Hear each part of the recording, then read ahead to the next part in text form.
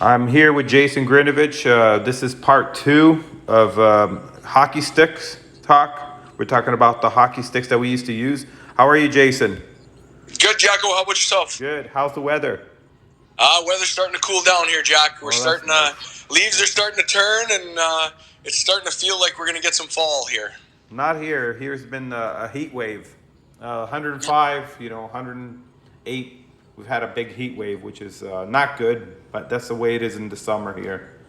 Well, you guys can keep that heat because the water doesn't freeze, and I can't get on the ice until That's it does. right. that's true. Yeah. So Can't skate. I can't skate the river to get into the Sunday game if it's not frozen. That's right. Mystery Alaska quote. Mystery Alaska. Ain't gonna happen out here. Sorry about that. Yeah. So we want to go to part two because I think we got a lot to talk about hockey sticks. I just think part one wasn't enough. As much as we used to go to these hockey shops and raid these hockey shops, like all over town, and we had some favorites. And so I want to go again with what another favorite of yours. Anything else? You know what?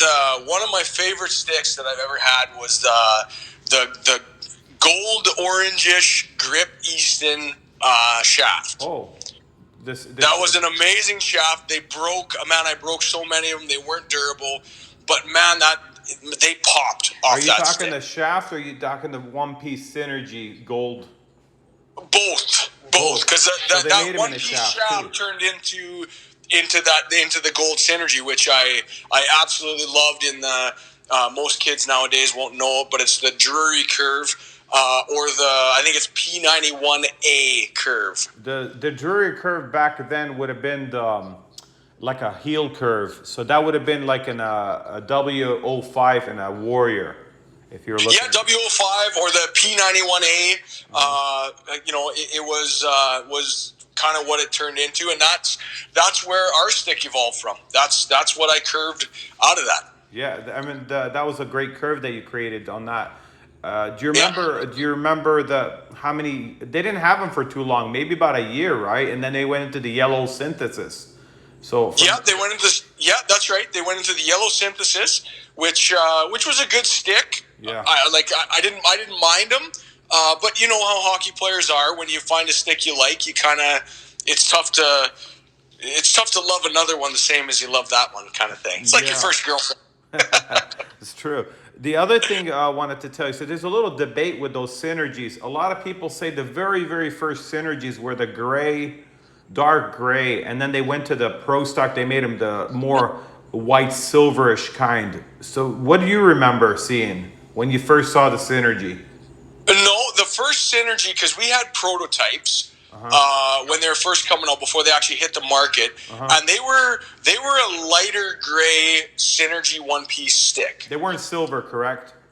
No, they weren't silver. They were a light gray. They weren't silver, but they were a light. Yeah, I mean, I guess potato. You could call them silver, but they weren't silver. They were a light gray stick. Well, because a lot of collectors that I'm talking to, because I'm in the stick collecting, and I talk to a lot of guys on YouTube, and they're saying that. They're trying to ask, like, do you remember? And since you've been playing around that time frame and you remember them coming out, I saw the grayish one, the first one, like a prototype. It was a Shanahan curve, I belive. Yeah, you're right. Yeah, Shanahan. They had the Shanahan, the Drury. For us, they had the Shanahan, Drury, and Sakic and Lindstrom curves were there. Yeah. Oh, and then the Medano.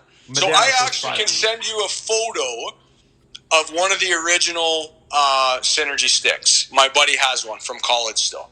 He still has it? He still has it, yeah. You're talking the prototype one? Well, no, this wouldn't have been one of the prototypes. This would have been when they released them like 3 months after we got them. So. Okay.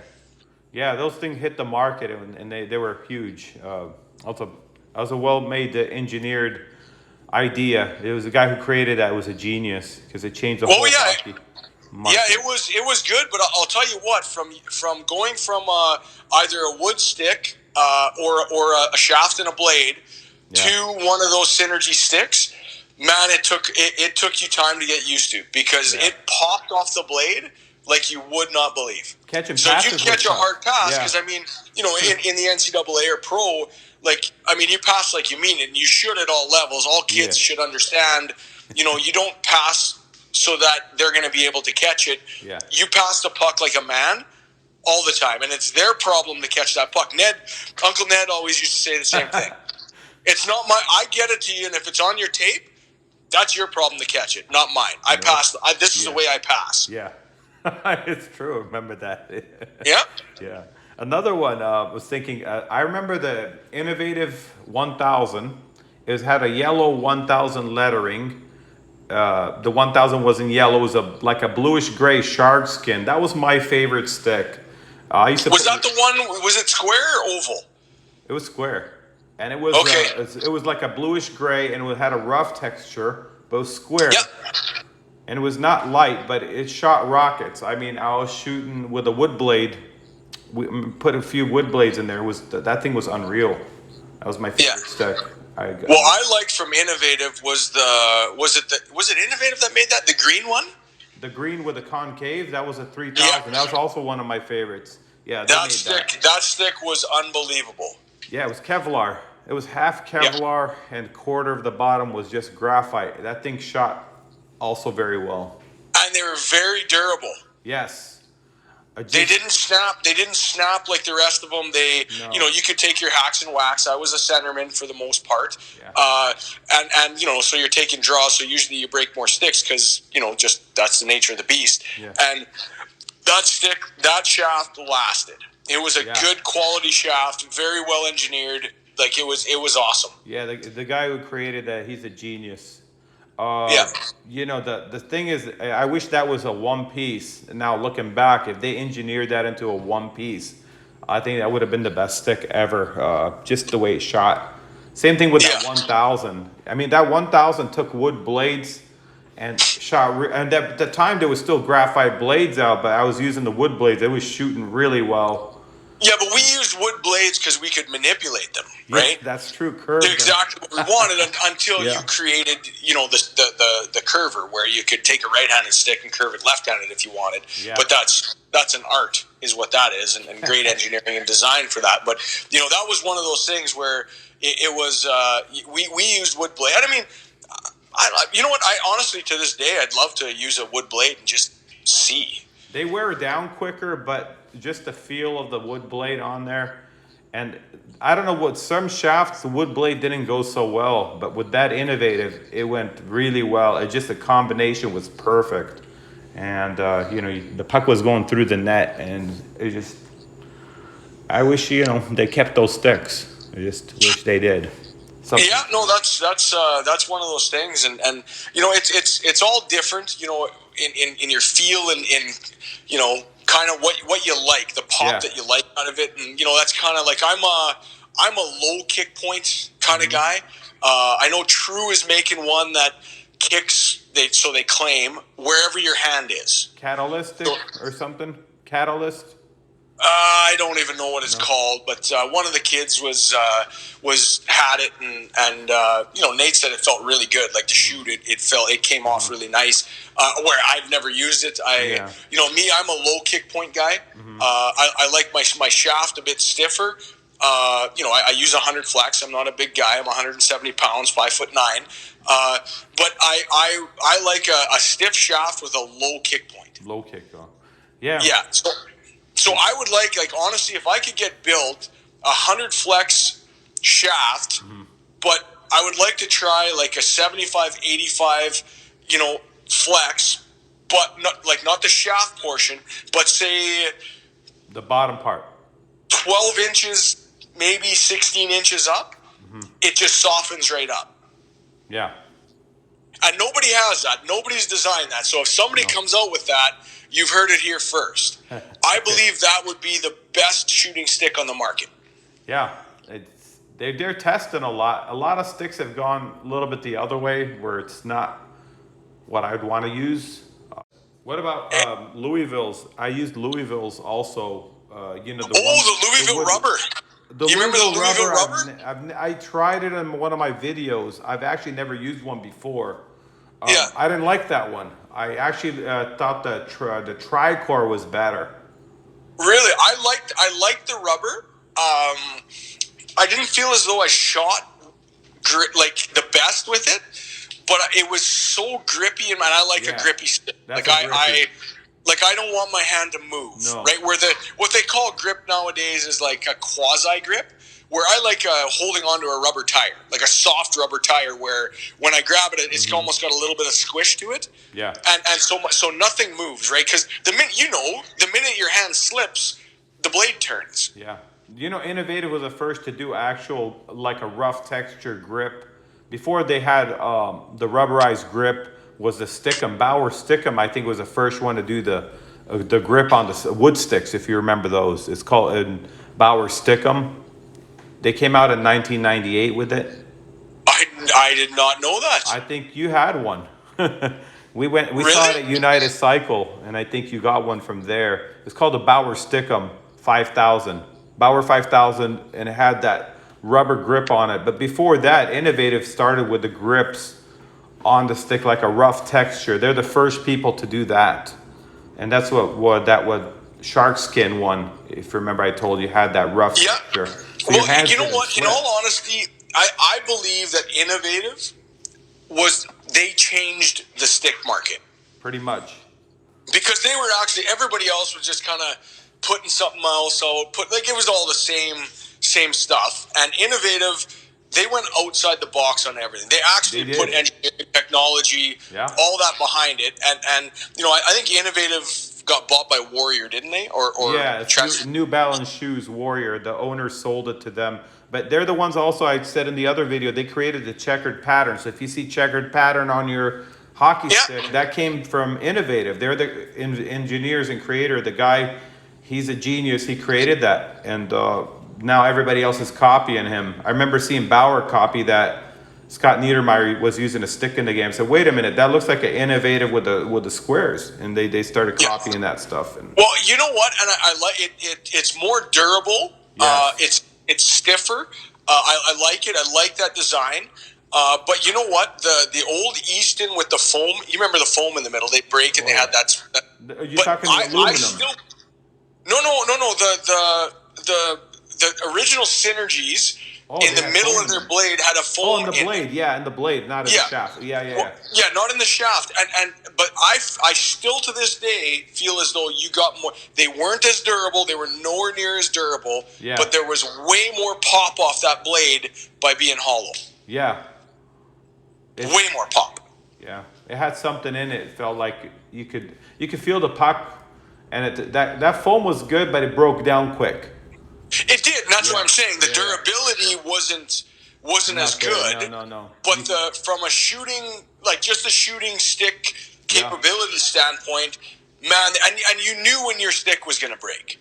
Yeah. Because you would get absolute rockets. It would hit a spot where it softened just enough where that pop was. Yeah. Man, it was just like, you remember that. Everybody that grew up in the 80s, 90s, and early 2000s, you knew when your stick was going to break. And I remember using sticks till it got to that point, and then I'd put them away for game sticks. Yeah. Because the pop off that stick was just incredible. I swear it was 5-8 mile an hour better with that pop. It's true. I remember same thing as you. We had that. We knew, and it was like you keep it for the game. Never use it in practice. That was like the holy stick. That was the holy grail stick. You didn't touch that. If someone's like, "Hey man, can I try one of your twigs?" It's like, you touch that stick, I break your wrists. Like you can grab one of these 8, but you cannot touch that stick. Yeah. You know what I used to do, and I made a video on this when I was on any team. I used to wrap my sticks with tape overnight.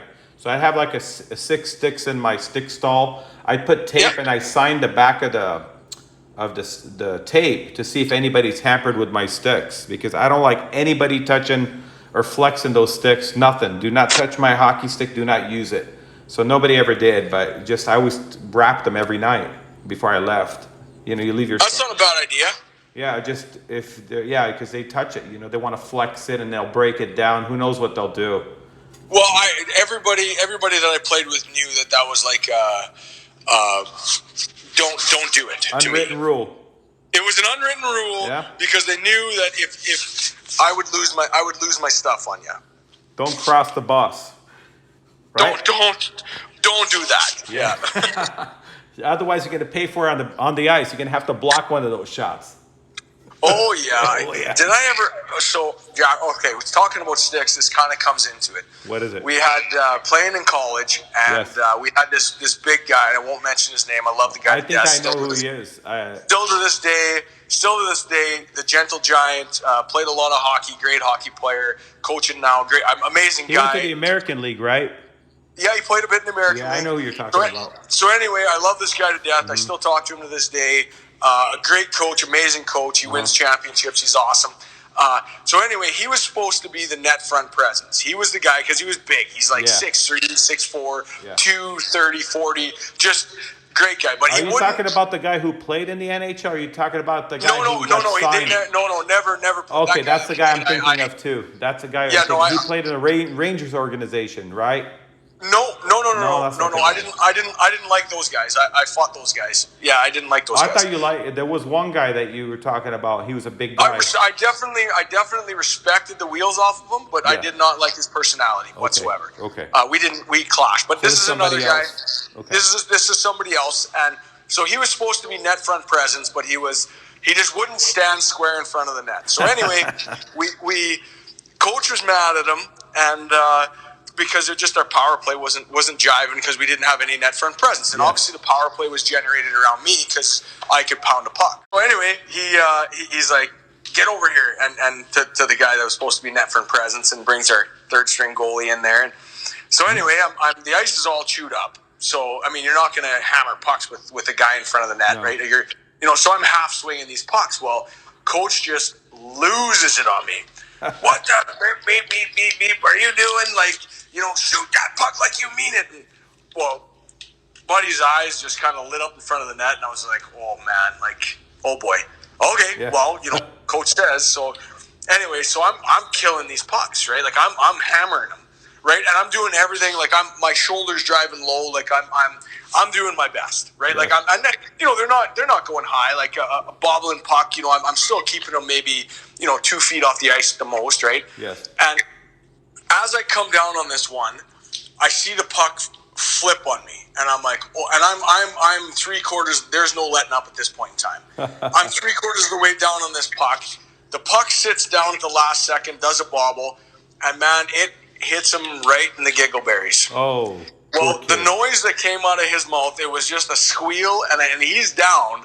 He's down. Like I'm like, oh my god, like. I killed this guy. So who do you blame? You blame the coach, right? Because the coach. Well, of course, right? Because he's screaming at me that I got to hit it harder. Was it the coach that we both hated, or was it the other guy? It was. Him. It was that guy because he was the only idiot that would ever do that. Yeah. So anyway, after about 10 minutes, he picks himself up off the ice, and I'm like, oh, everybody's off the ice. It's just me, this guy, and the third string goalie. And so anyway, we're like, okay, well, this is done. Right, so we no, it's not done, Jason. You just take the coach and have him do it. Have him stand in front of the net. No, Jack, it wasn't done. Oh, it wasn't done. He's like, "Where are you guys going? Get back in there." So anyway, I pounded probably 15 more pucks at the guy, and then he let us off the ice. But then you could say, "Okay, we're not done yet, coach. How about you get in there?"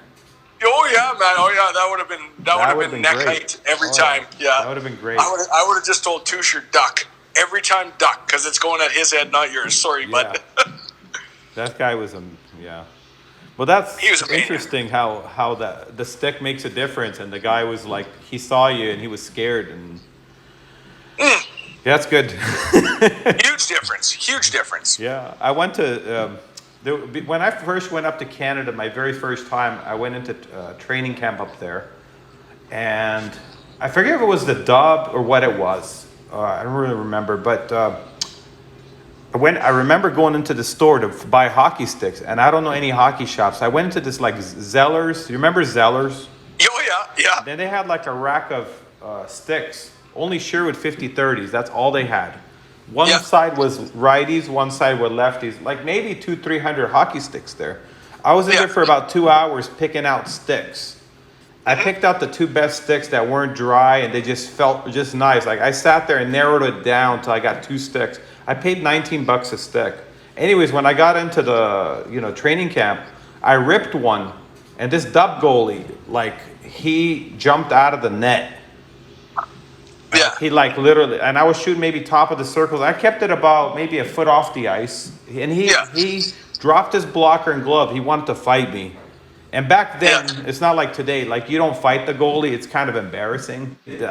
I know it's a wood stick, but if replicating the same feel, same every time. But that was the thing about Jack. You just said something about wood sticks.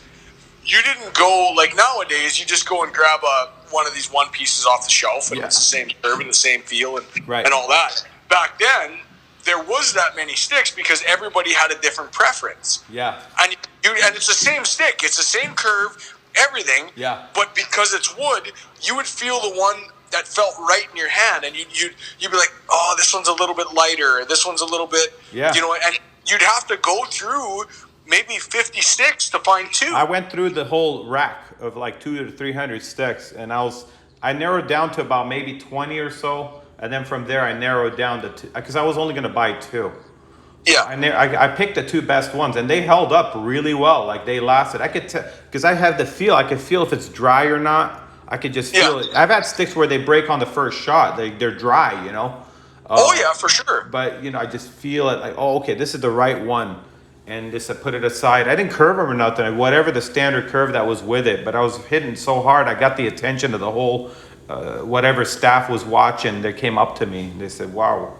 And but you know what? That's another thing that's changed in the game. Do they really watch? Yeah, they don't watch. They don't watch anymore. You're penciled in. You're penciled out. Like I know kids that are in the dub camps now, and they threw a celebratory party because they were on the team a month and a half ago. Yeah. They got the call from the team saying, yeah, you made it. Yeah, that's how it is. It's different back Where then. I'm like, well, what do you like to me, shouldn't it be best on best? It should, but it's not like that. It's not like that. It's you're I'm not going to get into it, but I mean, it's one of those things where it's just, they're not watching. They're taking guesses, and don't get me wrong. I still believe the NHL is awesome, but I think there's a lot of great players in there. Yeah. But I think there's a lot better out there, and I think the teams that win hunt and find those players. Yeah. I guess my mentality is always different. So the goaltender's trying to get better, and so am I. So why would I take it easy on him in practice? Because in a game, nobody's taking it easy on him. That's right. So I remember there was a guy I played with, we called him Bakes. So so he got into it with our goaltender in warm up in one game, and they got into it, and he's like, the goaltender's like, I'm trying to warm up, and he's like, I'm warming up too, cowboy.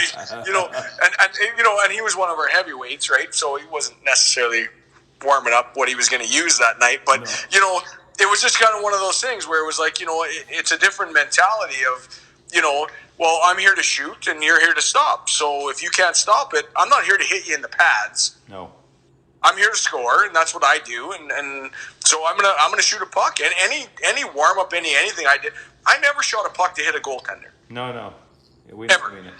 I shoot where I want to shoot the puck because that's where I shoot. If you can't stop it, not my problem. That's that's his problem. Your job is to stop. My job is to score. Yeah. So I shoot to score. When I shoot, your job is to stop. If you can't stop it, not my problem. Don't play goalie. Go do something. Don't play goaltender. No. If you can't stop it, don't try on me. If you know I'm going to score, just you can take it easy on me. I love scoring, so sure. Let me give her. Try on the guys that don't shoot properly. So carry on. We had a interesting time over the years, like picking these sticks out. It's good memories, I just want to share with everybody.